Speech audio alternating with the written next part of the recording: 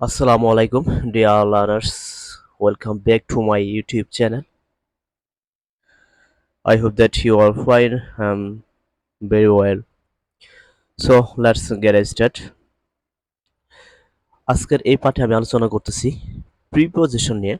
আমি প্রিপোজিশনগুলো কোথায়, কখন, কিভাবে ইউজ করব, ঠিক আছে, এইগুলো নিয়ে মূলত আলোচনা করা হচ্ছে।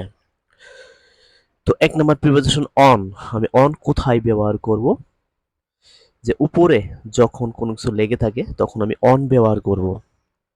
দেয়ার is a ball on the box, যে there is a ball on the box, বাক্সের উপরে একটি বল আছে, মানে বাক্সের সাথে সেটা লেগে আছে, ঠিক আছে। সে বলছে কি there is a ball on the box, বাক্সের উপরে একটি বল আছে।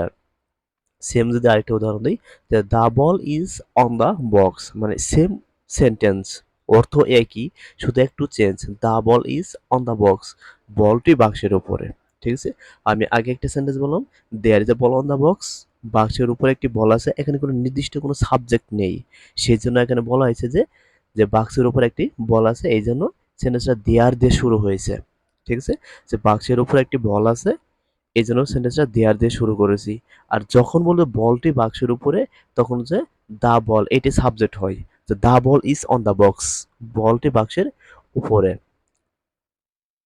তো দুটো সেন্টেন্সই correct.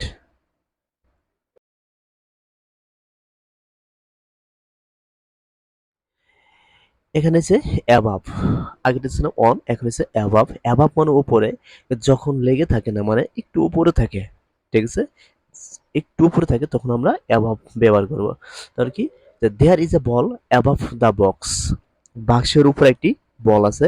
There is a ball above the box, বাক্সের উপরে একটি বল আছে। The ball is above the box, the ball is above the box, বলটি বাক্সের উপরে আছে। এখানে মূলত যে বলটি লেগে আছে না, ঠিক আছে, যে বলটি বাক্সের উপরে আছে, হয়তো একটু উপরে আছে, ঠিক আছে, কিন্তু লেগে আছে না, সেটা মূলত এখানে বোঝাচ্ছে।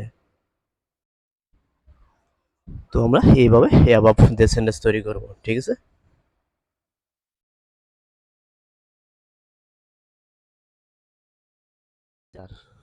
আচ্ছা, অন, অ্যাবাভ, আন্ডার। আন্ডার কখন ইউজ করব?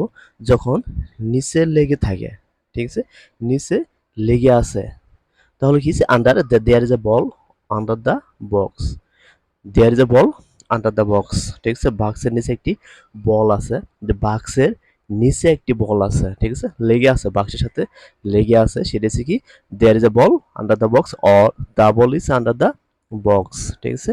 আমরা যে কোনো সেন্টেন্সটাই যে কোনো একটা ব্যবহার করলে সমস্যা নেই, তবে দুটোই কারেক্ট সেন্টেন্স, ঠিক আছে। There is a ball under the box, there is a ball under the box, the ball is under the box. এখন তিনটা সেন্টেন্স, তিনটা ওয়ার্ড এখানে ব্যবহার করছে, যে অন, অ্যাবাভ, আন্ডার, ঠিক আছে। অন মানে লেগে আছে, কোনো কিছু লেগে আছে। অ্যাবাভ মানে একটু উপরে আছে। আর আন্ডার মানে নিচে লেগে আছে।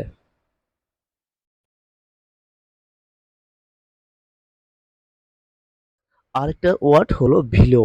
বিলো, তাহলে বিলো কখন ইউজ করব? যে বিলো যখন নিচে আছে বাট লেগে আছে না, লেগে থাকে না, ঠিক আছে, নিচে, টেবিলের নিচে আছে, বলটি টেবিলের নিচে বাট লেগে আছে না, তাই বলছে যে there is a ball below the box, there is a ball below the box, ঠিক আছে, বাক্সের নিচে একটি বল আছে, যে বাক্সের নিচে একটি বল আছে। There is a ball below, below the box, ঠিক আছে। Or the ball is below the box, or the ball is below the box, ঠিক আছে। হচ্ছে যে বলটি বাক্সের নিচে, যে বলটি বাক্সের নিচে আছে, বুঝছে, below the ball is below the box.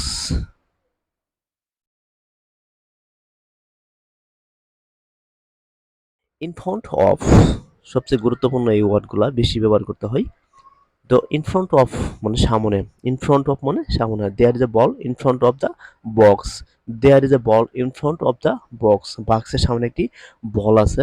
R the ball is in front of the box, the ball is in front of the box, বলটি বাক্সের সামনে আছে, বলটি বাক্সের সামনে আছে।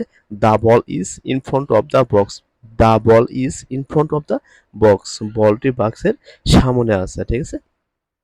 তো এখন যদি বলি যে আমি লোকের সামনে লোকজনের সামনে পাবলিক স্পিকিং দেয়নি, ঠিক আছে।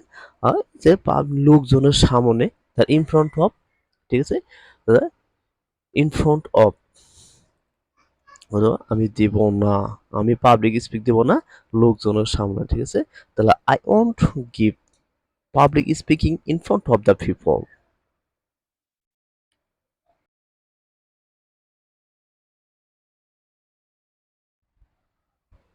হচ্ছে বিহাইন্ড মানে পিছনে, বিহাইন্ড মানে পিছনে। There is a ball behind the box, বাক্সের পিছনে একটি বল আছে। There is a ball behind the box, বাক্সের পিছনে একটি বল আছে। Or the ball is behind the box, বলটি বাক্সের পিছনে আছে। The ball is behind the box, ঠিক আছে, বলটি বাক্সের পিছনে আছে। যে there is a ball behind the box, যে বাক্সের পিছনে একটি বল আছে, ঠিক আছে। তো বাক্সের পিছনে একটি বল আছে। সেরকম করে আমরা উদাহরণ বলতে, যে আমাদের গাড়ির পিছনে একটি রিক্সা আছে, ঠিক আছে, যে আমাদের গাড়ির পিছনে একটি রিক্সা আছে। আর নিয়ার মানে কাছে, নিয়ার মানে কাছে। There is a ball near the box, বাক্সের কাছে একটি বল আছে। There is a ball near the box, বাক্সের কাছে একটি বল আছে। আর the ball is near the box, বলটি বাক্সের কাছে আছে। The ball is near the box, near the box, বাক্সের কাছে একটি বল আছে।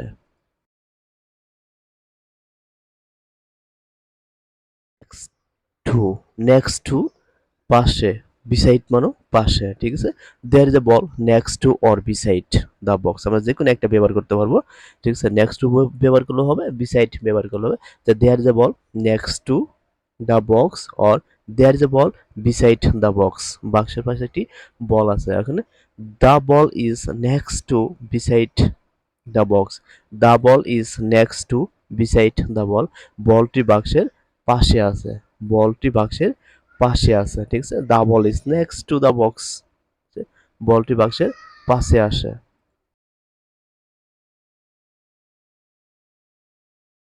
ফার ফ্রম, বুঝছে, ফার ফ্রম মানে দূরে। There is a ball far from the box, বাক্স থেকে দূরে একটি বল আছে। There is a ball far from the box, বাক্স থেকে দূরে একটি বল আছে।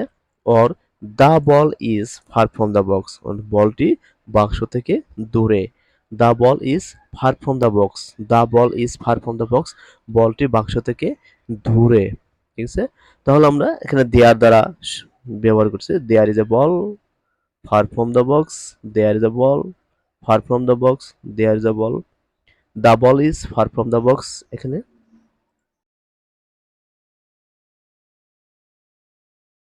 তারপরে between, যে between মানে দুটির মধ্যে তুলনা বোঝাবো, যখন দুইয়ের মধ্যে তুলনা বোঝাবো তখন আমরা between ইউজ করব, ঠিক আছে। তো between লিখে there is a ball between two boxes, boxes মানে বক্স হবে না, বক্সেস, ঠিক আছে। এটি plural, singular plural. There is a ball between two boxes, দুটি বাক্সের মাঝে একটি বল আছে। There is a ball between two boxes, দুটি বাক্সের মাঝে একটি বল আছে। যে the ball is between two boxes, বলটি দুটি বাক্সের মাঝে আছে। The ball is between two boxes, বলটি দুটি বাক্সের মাঝে আছে। The ball is between two boxes, বলটি দুটি বাক্সের মাঝে আছে।